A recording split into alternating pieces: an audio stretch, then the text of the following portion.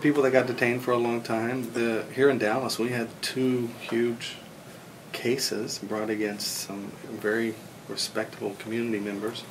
We had an organization called Infocom, 5 brothers called the Alashi brothers, who were just first to put together an Arabic computer or software system, and they designed it here and sold it in the Middle East, and it went real well. They were shut down after 9/11 and accused of providing material support in the most bizarre fashion. The government alleged that a family member of theirs, I don't know what her relationship is married to a guy named Abu Marzouk, which became the head of Hamas in overseas.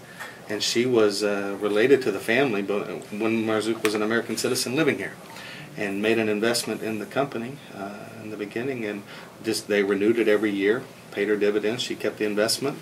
The FBI came in after 9/11 and said, "Want to know everything you've done with this woman?" And they said, here's all the checks. They said, fine. They didn't arrest anybody, just left. They came back and accused them of every one of those payments as material support for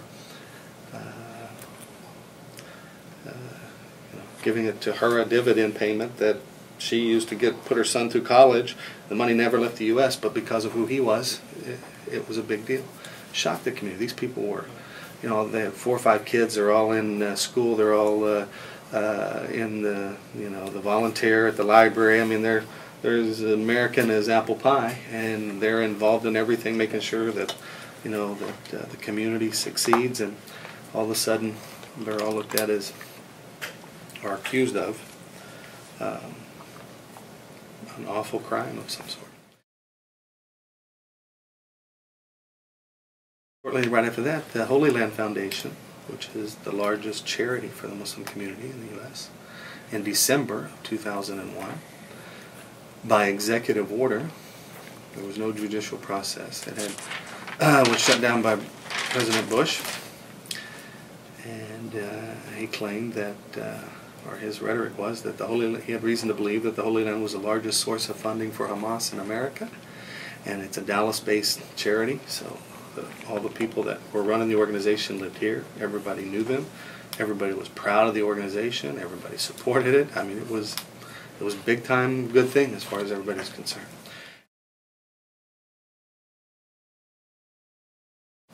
In 2001, they come out and shut them down. They take all their assets and freeze them, and all their records in Dallas and Chicago and L.A., New Jersey, Palestine.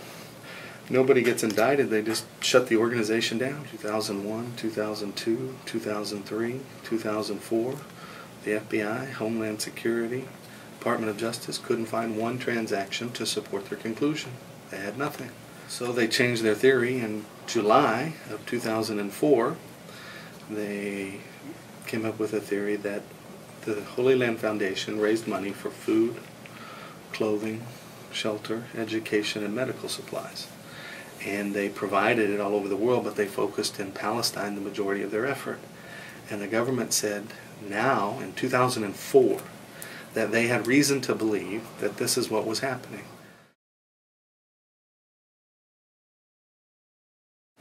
The Zakat committees took the money and delivered the food, clothing, shelter, education, and medical supplies. The government never accused them of any missing funds. They're just saying that they think now that the Zakat committees are under the control of or operating on behalf of Hamas. You filed your taxes, said yes. Well, what did you do? We sent money here, here, here, here, here, and we gave them this much for this purpose. And they called it humanitarian aid. And the IRS says, well, material support is not humanitarian aid, so you lied to us, you lied to us, you lied to us, you lied to us. So the same transaction became multiple offenses. Just there were 17 transactions, I believe, or something, multiplied by 5 or 6 for each defendant. Finally got to court in July of 2007, and right before the trial, the government released a list in which it has the privilege to do in a conspiracy case, and that's called an unindicted co-conspirator list. They have a privilege of giving the court a list of people that they say they believe are part of the conspiracy, but they're not indicted. They're not going to be charged with anything.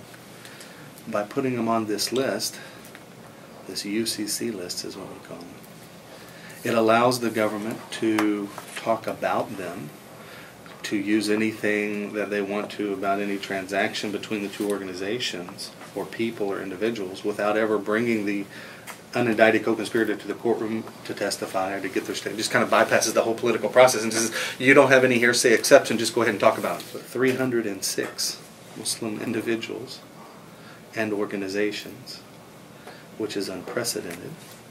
And then they made it public, which we still believe was illegal, but ISNA, Islamic Society of North America, which is the largest advocacy group, they put NATE, the North American Islamic Trust, which is the largest holding company for the deeds and property of the Muslims, because nobody wants to fight over assets, they just turn it over to NATE.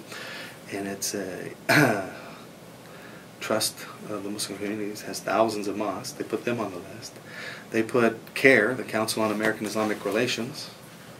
Every mainstream organization for the Muslim community was tied to this case.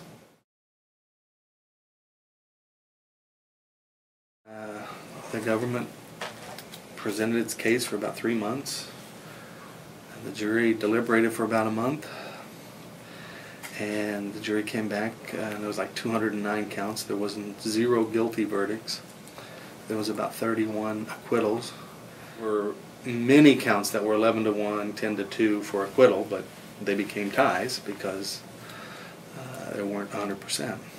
So immediately after that decision, the government says we want to retry them on all the hung juries, all the ones that were ties. We're in court in 2007, and the United States keeps a list. It's the Treasury Department and the State Department of what they call terrorist organizations or people that have been designated as such, or anybody. I mean, there's individual names on there that this person is associated with Hamas or Hezbollah or whatever, and this is an organization is known to be a Hamas committee. I mean, they have a thick list of committees that were listed in the indictment were ever on the Treasury list. Still weren't in 2007. They're not on the list.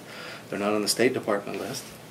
He said, you know, they all have license from either Palestine or Jordan or Israel or Syria, whoever was issuing the license over the years, but they always had current license. Consulate General of the United States come and testify on behalf of the defense, who said, his name was Edward Abington, he said, I was the eyes and ears of the U.S. during this time period in Palestine. I was under direct orders not to establish relations with anyone known to be associated with Hamas, and he got daily briefings from the State Department, the Department of Justice, the CIA, the Israeli Mossad. He met every day. And he said, during that time, I never had any information given to me that led me to believe that any of the Zakat committees were under the influence or the control of Hamas. And I met with them. I put on a very strong guilt by association and free speech on trial. And the first jury said, no thanks, no guilty verdicts. Because they went back to court in 2008, and just in November, the jury came back, and of the remaining counts that were all ties in the first one, found them guilty on all counts. Because they convinced the jury that they lacked any credibility, then the defense using them became very weak. Then they stated, you know, that they have the fact that they have license, we don't control that. Edward Abington testified again for the defense, but they said this time it was a matter of national security, and you couldn't read his resume, you couldn't read who informed him on a daily basis. You could just say he's the Consulate General and he has an opinion. And then they, you know, they used unidentified, what do you call, expert witnesses who the court to this date, maybe the judge knows, but nobody else, who the person is. This is he's an expert. And he's going to tell you that these, you know, whatever he wants to testify to, and you don't know who he is. He could lie, he could perjure himself, and we couldn't hold him accountable. He could have written in a lifetime of information to contradict himself in the courtroom, but you can't challenge it. You can only challenge what he says in the courtroom as to whether it's true or false. We call for 7 mistrials. And because the second verdict has ended the way it has, now the community is preparing to appeal the verdict as soon as possible. Ashamed to live in a land where justice is a game.